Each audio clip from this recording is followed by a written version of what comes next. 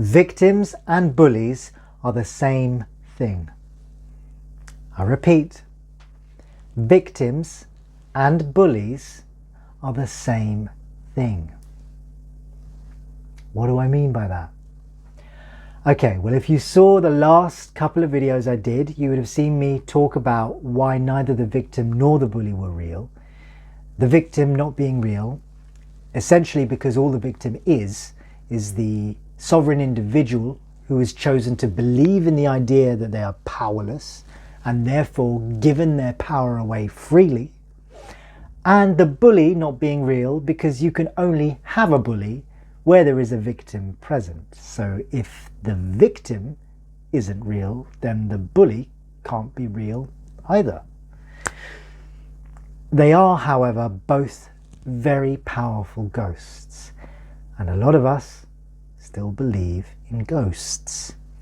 So you may find yourself gravitating into one more than the other, and in today's video I want to look at both of them, explore their agendas, why they are the same, and how both of them can be useful. So what is a bully? Well, a bully is an individual who derives their own sense of self-empowerment by seducing others into giving their power away. I repeat, a bully is an individual who believes that their own power comes from the extraction of power of others via their displays of fear and weakness. So, how does this come about? Well, like we said before, you cannot have a bully unless there is a victim present. And as above, so below, as within, so without. It is exactly the same on an individual level. The bully within can only arise when the victim within cries. I just saw a rhyme there, thought I'd go with it. The bully within can only arise when the victim within cries. So the bully wishes to extract power from others because they have a fundamental belief that tells them they lack power. They believe they are a victim, and therefore the bullying is a defense mechanism in order to compensate for the lack they feel within themselves. So the agenda of the bully is value extraction via the mechanisms of manipulation. And what is a victim? Well, a victim also seeks to extract value via manipulative means.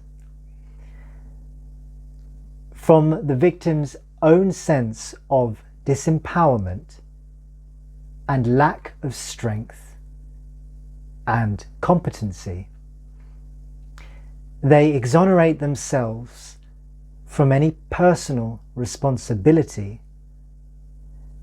therefore demanding that others be responsible for them. If you think of your typical beggar on the tube or the subway, as you like to say in the States,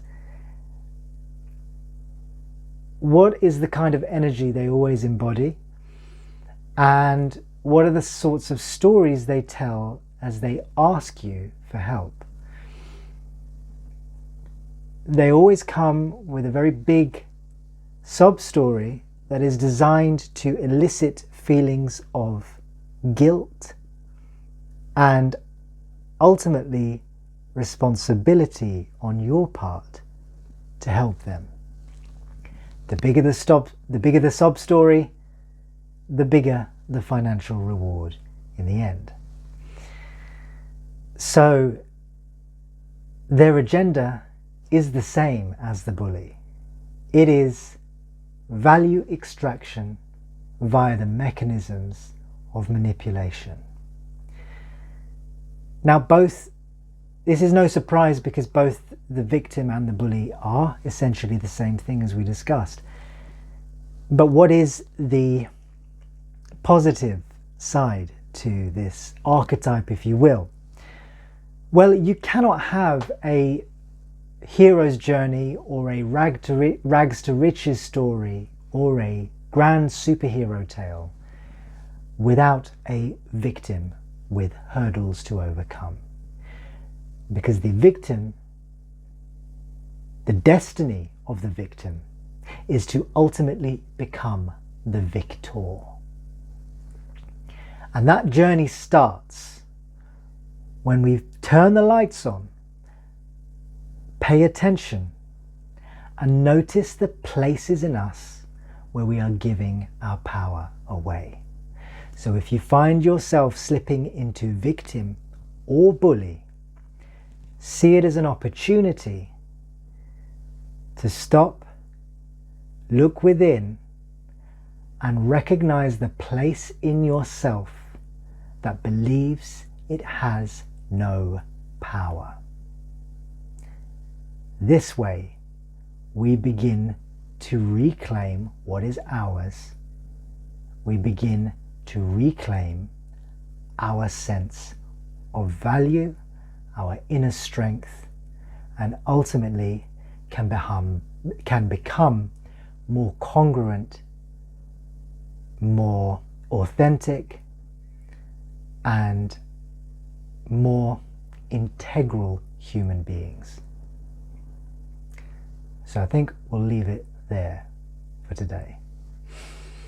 If you do find value from these videos, please do give the video a like and maybe write a comment or share it with a friend, as this kind of response does help the video get shown to more people, and ultimately more people who really may need to hear this message can become exposed to its medicine. So until next time, thank you.